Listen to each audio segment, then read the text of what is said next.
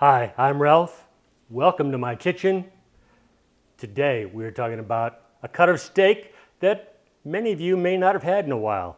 This is the kind of steak that I grew up on. In my household, when I was growing up, when we were having steak, this is the steak that we had, round steak. Now, I know what you're thinking, round steak. It's kind of normally pretty thin. It's not the most marbled, so it's not going to be the most tender. Might be a little bit more chewy, not going to be as flavorful as some of the cuts of beef that are out there. But my parents grew up in the Depression. They were very frugal. And when we had steak in the house, this is what we had. I didn't even know there were other cuts of steak until I had my first trip to a steakhouse much later in my adolescence. And considering how thin it was and probably the way my mom liked steak anyway, round steak also meant well done. Again, I didn't know till I made it to my first steakhouse that you could order steak any other way. Boy, I have really been educated since then. And so I am going to try to do a round steak today. I'm going to try to make it as tender as possible. I'm going to try to make it as flavorful as possible. I'm going to try to make it so we can cut this pretty easily and still have redness inside. So hopefully we can get a little bit more beef flavor than what my mom fed us when I was a kid. With that said, let's get started. I have seasoned this steak hours earlier. Now I'm going to go ahead and pat it dry here. But I seasoned it with a mixture of sugar, salt, and pepper. The proportions will be down below.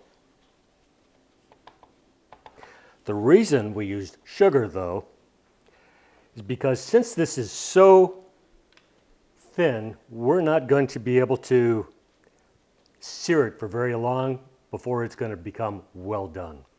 And sugar is actually going to help us brown a little bit faster than just trying to do it with salt and pepper.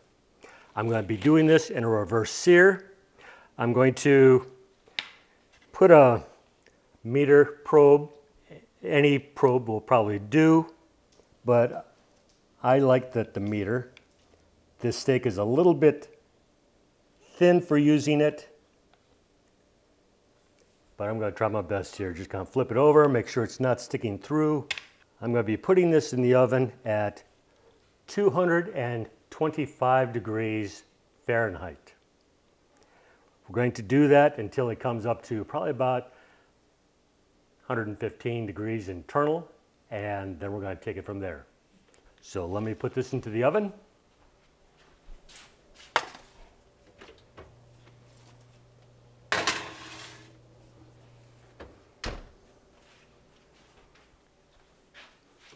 Wash my hands here real quick. Because while that is in the oven, oh, don't let me forget, I've got to start my meter probe app.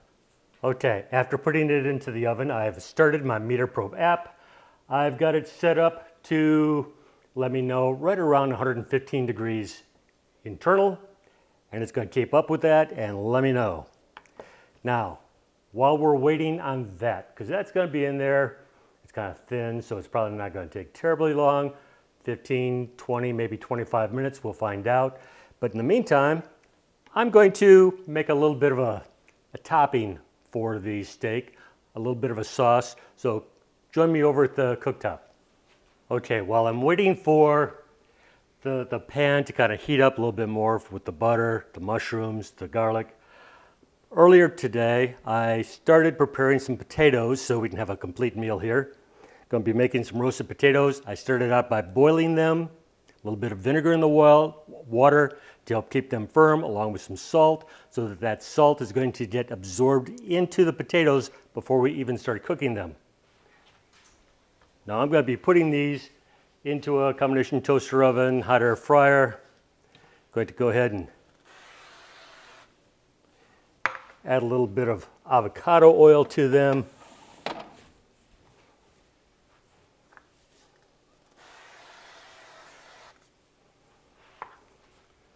I'm going to put these in at 400 degrees. And I think we're going to do that for about 20 minutes. So by the time the steak is done, we're going to have some pretty good roasted potatoes here. So you've got plenty of time while you're waiting on the steak to get the whole rest of the meal ready. Be back in a minute. Here's the mushrooms. Turn that heat down a little bit. I'm just going to let that simmer here for a little while I'm waiting on the steak to come out.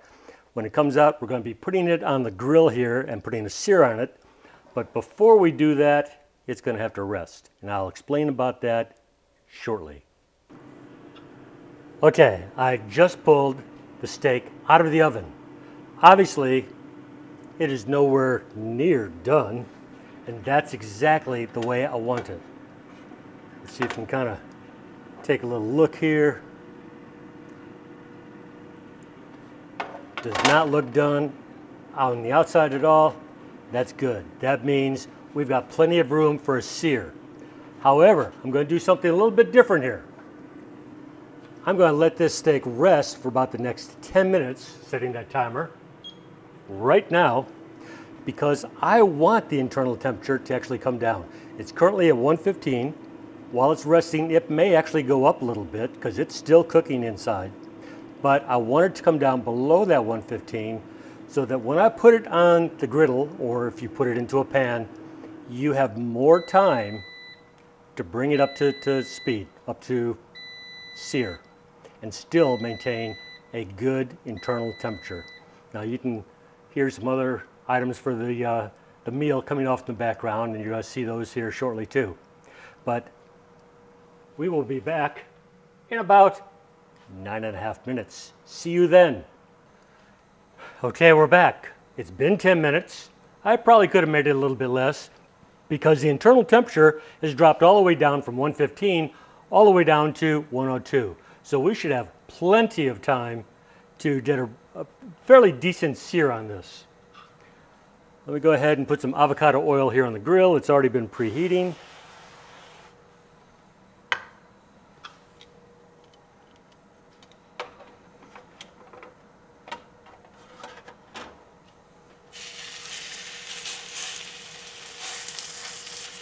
Going to start the timer. Now I'm going to try to flip this about every 30 seconds. I'm doing it every 30 seconds because I want to be building up that sear, and I don't want to have too much time to get the heat inside. So we're going to be flipping it frequently because of the very fact that it's so thin. Get some oil on the other side. 3, 2, 1, ready.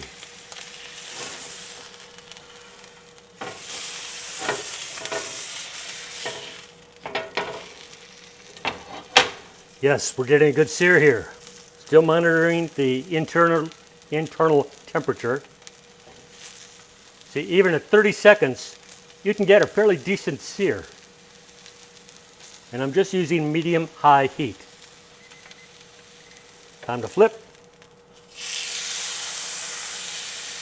Another 30 seconds. Currently, the internal temperature is only saying it's about 115, so we're back up to the original 115. So we have plenty of time to get a good sear on this. Time to flip.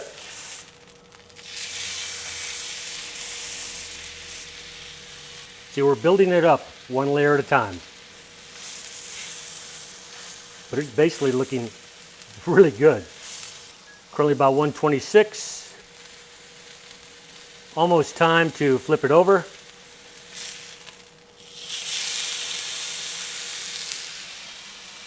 In fact, it's time to pull it. Gonna give that another 5 or 10 minutes to rest, and I will meet you back at the main station. Okay, it's time to find out what it looks like inside and what it tastes like.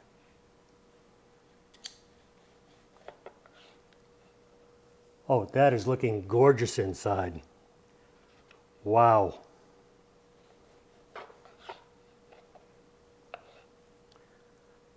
I gotta be honest with you, I have never ever seen this kind of steak come out looking this good. Now again, with the tougher cuts, you want to remember you want to be slicing it kind of on the thin side. That's going to help make it more tender when you're coming time to eat it. But let's just take a look at some of this. Look at this.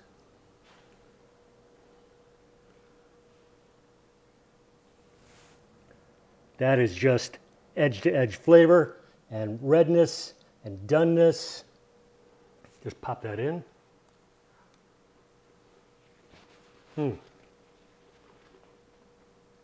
This is delectable. Very tender, not chewy at all, very juicy. This is awesome. I gotta have another bite. Trust me on this. This is delicious. You couldn't ask for much more from a strip steak.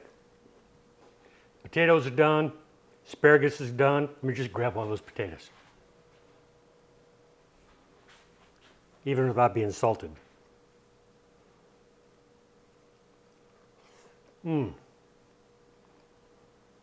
That's just so fluffy inside.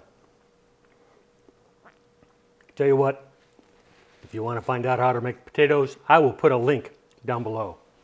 And I also did asparagus with my 1-minute method. Got that all nicely steamed. Comes out very nice. Perfect every time. Only takes about 1 minute. I'll also put the link for that down below. So, this has been a great meal. Hey, please leave me some comments down below. Love your comments. Give me a like if you like the video. Consider a subscription. And with that, I will see you the next time. Bye-bye now.